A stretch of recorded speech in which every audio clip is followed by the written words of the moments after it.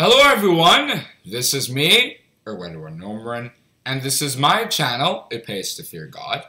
This is where we learn about God, His beloved Son Jesus Christ, and their kingdom purpose, the three most important subjects that we can ever learn about, talk about, or discuss in the entire Holy Bible, according to John chapter 17, verse 3. The subject that I have prepared for you and myself today is captioned, Beware of what you sow in life. However, before I get into that, I once again have a tune that some of us might enjoy.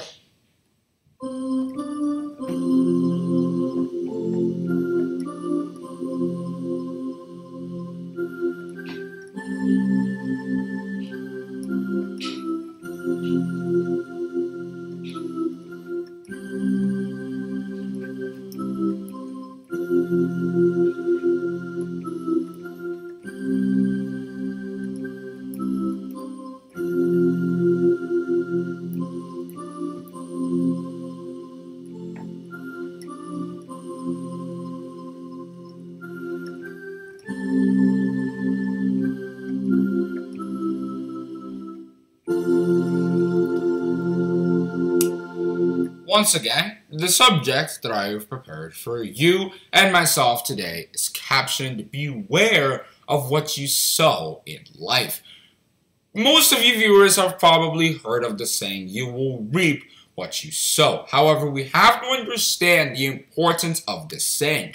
Reaping what we sow in life is as guaranteed as reaping what we sow in a garden or in a farm. When we sow orange seeds, we don't get apple trees. When we sow the seeds for lemons, we don't get melons. Or if we sow the seeds for watermelons, we don't get cantaloupes. No. If you sow the seeds for an avocado or for a plum, you get a plum tree or a shrub. But relating to that fruit or seed that you just planted, you don't get the opposite. And that same goes for reaping what you sow in life. In Matthew chapter 7, in verses 17 and 18, Jesus Christ made us to understand the fact that you can't sow iniquity and reap righteousness. If you sow iniquity, you are going to reap all the punishments that go with it. And if you sow righteousness, you will reap all the blessings that come with that as well. Therefore, it is important that we beware what we sow in life. And talking about this, we cannot get more practical than the story of Haman,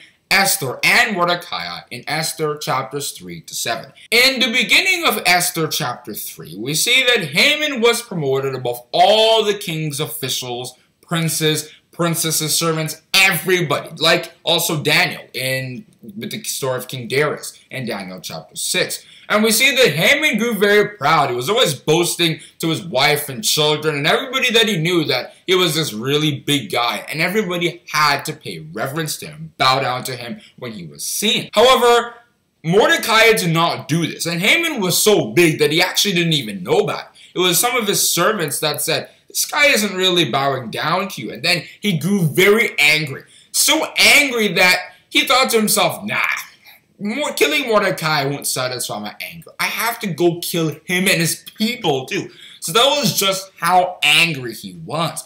However, he didn't know that he was going to reap what he sowed because it was a principle you can't escape from. When Mordecai found this out, because they'd had a conversation, Haman and King Ahasuerus, or King Xerxes, depending on which Bible version you read. And he actually managed to sign a law saying that anybody who didn't really bow down to him would be killed, and that the Jews would be in that case. So the Jews were at risk at this point. And Mordecai was in big distress right now. And he managed to get notice of Esther, so that Esther could find out too that this was really big and she was in big trouble. However, she knew that she couldn't just appear in front of the king. So she had to go against the law, which says that you can't just appear. You have to be summoned by the king. But she knew that she hadn't been summoned for a while already, so she had to just go against the law. However, she was making a good decision, and God assisted, of course, by changing King Ahasuerus' heart so that he would not really remember that law, but would rather receive her openly, and then the rest of the process went.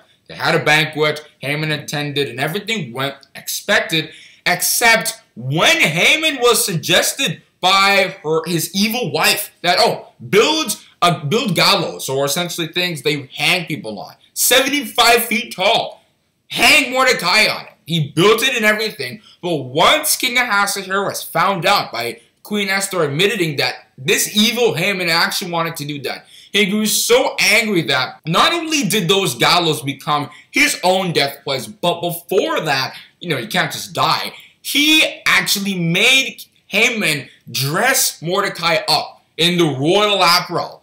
Everything that the king would wear, the high horse, everything. And he had to do that for Mordecai before he himself was hanged on the same gallows that he had prepared for Mordecai. That is how people who are proud and wicked will be abased, and people who are humble, lowly in heart, and righteous before God will be exalted. Luke chapter 14, verse 11, Ezekiel chapter 21, verse 26, Isaiah chapter 57, verse 15, and Matthew chapter 23, verse 12. Like I said, you can't get more practical with reaping what you sow than this example itself. And David the psalmist had said, he made a pit and digged it, and has fallen into the ditch which he made.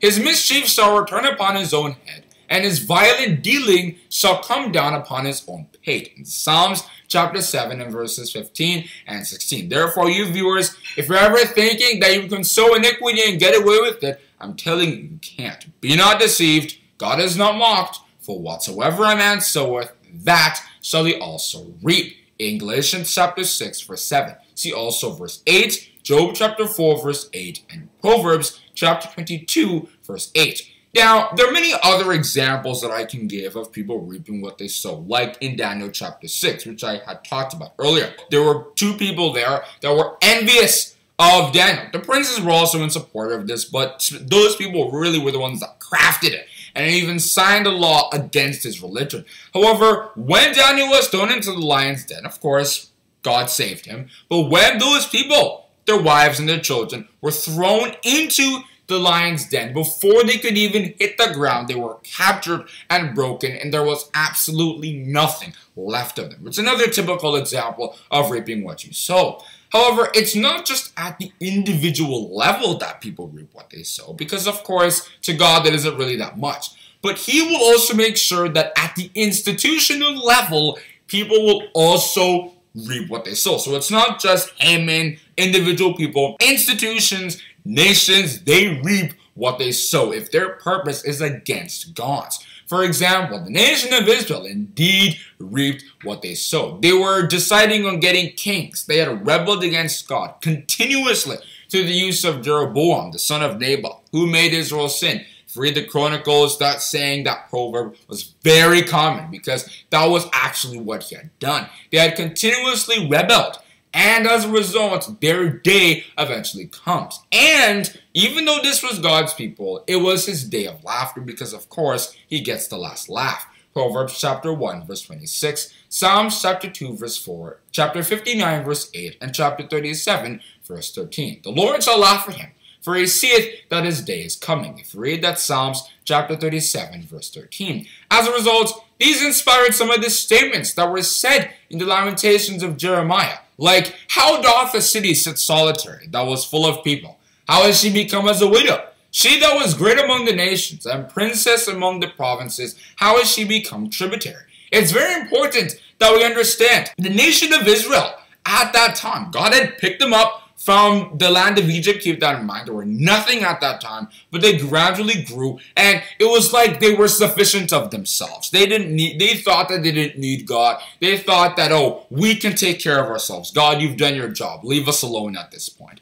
However, they were going to reap what they sowed, which is why those people that they were making business with, trading with, thinking that those were their lovers, you see that those lovers, God told them to end up being their enemies because their purpose wasn't actually unified. And those people were not actually doing it for the benefit of the Israelites, which is why God stripped them naked, because it was, of course, God was the same person who gave them clothing. I'm not talking physically, I'm talking gave them power to do things. That's why they had a capital. That was why they had everything that they did. But eventually God stripped them of everything, so that it can be known unto them that you cannot sow iniquity. You cannot be thinking, oh yes, I am sufficient of myself, and you're going to get away with it. No, you are going to be done. And it isn't just the nation of Israel. Let's talk about the churches for a minute. Essentially, when Jesus Christ set up the church, we have to know what was in his mind at the time.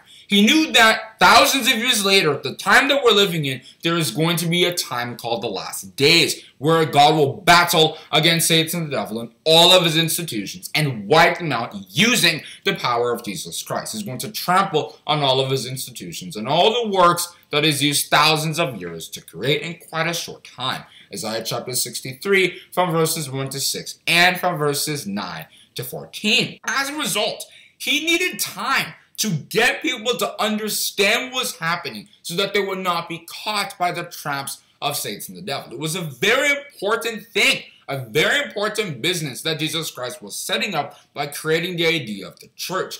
However, people messed it up completely. Instead of focusing on getting the truth out there, letting people know about it, instead they decided that this was their opportunity to not only make a mess of it, but to at least profit themselves, get lots of money, get lots of fame, opportunities to essentially worship Satan the devil, whether ignorantly or deliberately. And you have to understand how Jesus Christ had felt about this. This was their ability to understand the future so that when the future comes, they know what to do. But now in these last days, so few people knew about it because, or even know about it in these last days as well, because people that were leading the churches were not taking good decisions. And also in the Lamentations of Jeremiah, it was summarized very well, where it states, even the sea monsters draw out their breast. They give suck to their young ones. The daughter of my people has become cruel, like the ostriches in the wilderness. In Lamentations chapter 4, verse 3. What it means by this is, we have to learn from animals in a sense. Animals can take care of their children. They don't leave their children to nothing.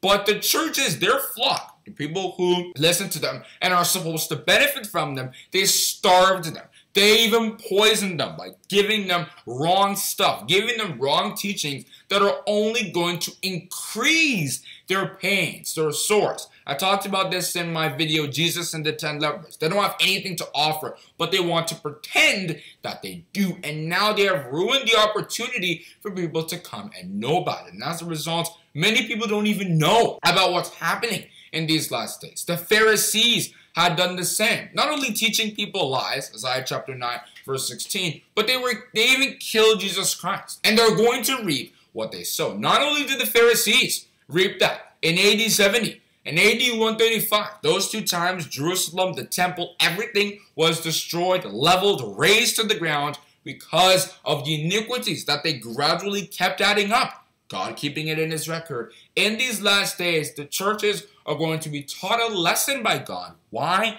Because of what they had spent thousands of Christian history to do. Therefore, we must escape from the fire that God is raining onto such institutions. Revelation chapter 18 from verses 2 to 4. God wants to save his children. He doesn't want his children to partake in all the destruction and calamities that are going to take place in that whole idea. Remember, it's not a physical thing. It's an idea that is going to be wrecked by various things that are going to be coming to go against it. Revelation chapter 17 in verses 16 and 17. And therefore, we should not be found in such traps. Otherwise, we're going to be caught and swept away. Luke chapter 21 from verses 34 to 36. Just to give you an outline or an idea of what it means to reap what we sow. When we sow iniquity, no matter what we think, our sins are going to catch up with us, no matter how long we think it might take. Numbers chapter 32, verse 23. It's very, very important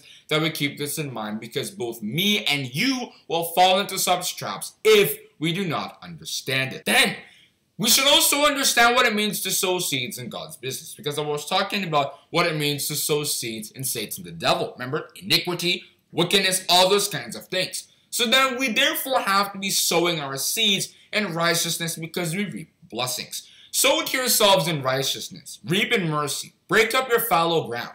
For it is time to seek the Lord till he come and rain righteousness upon you. In Hosea chapter 10, verse 12. What this means is that in these last days, God has set up his kingdom and is fueling it. It's like a business that has workers. We are those workers. God himself is really the main one propelling this whole business, but we also play a part in it by teaching the truth, by generally selling it out to others and living with its principles. Matthew chapter 13 and verses 31 and 32. We should invest in its business because it's going to come with great profits. 1 Timothy chapter 6 verse 19. In Luke chapter 16 verse 9 also, Jesus Christ had advised us on how to sow good seeds by saying, make to yourselves friends with the mammon of unrighteousness, that when ye fail, they may receive you into everlasting habitations. This means that we should be using the materials, whether it's money or whatever resources that are in this world,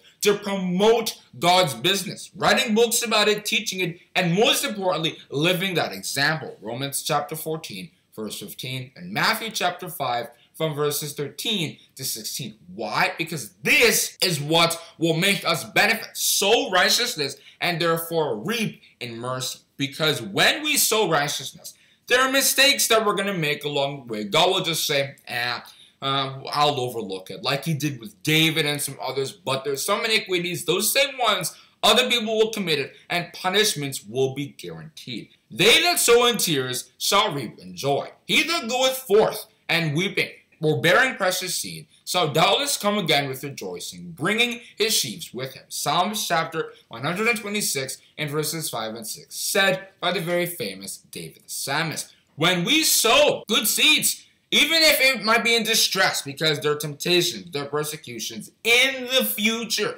we are going to praise ourselves and thank God for every decision that we took along the way. Now, some of us have also been discouraged by the fact that when we sow good seeds, we don't reap immediately. St. Paul advised us in Galatians chapter 6 verse 9, saying, and let us not be weary in well doing, for in due season we shall reap, if we faint not. Like I said, it is guaranteed that when we sow good seeds in life, we will reap blessings. We cannot reap wickedness, because God has promised that he will give everyone according to his ways and according to the fruit of his doings. If you read Jeremiah chapter 17 verse 10. As a result, we should seek God and keep his commandments, because he will seek us as well. If we forsake God, he will forsake us as well. 1 Chronicles chapter 28 verse 9 and 2 Chronicles chapter 15 and verses 1 and 2. We have to acknowledge that God is our creator, that he is the all-powerful God. And not only that, we have to sow good seeds in his business, because what God is doing is a very profitable business, and for our own good, we should join in and reap whatever blessings, really big ones, like wisdom, understanding, etc., that can come from doing this. Remember what St. Paul said in Galatians chapter 6 verse 7. Be not deceived, God is not mocked, for whatsoever a man soweth, that shall he also reap. Therefore we should sow good seeds, and therefore reap good blessings. And I choose to end my talk on the subject, beware of what you sow in life. To conclude this episode, I once again have a tune that some of us might enjoy.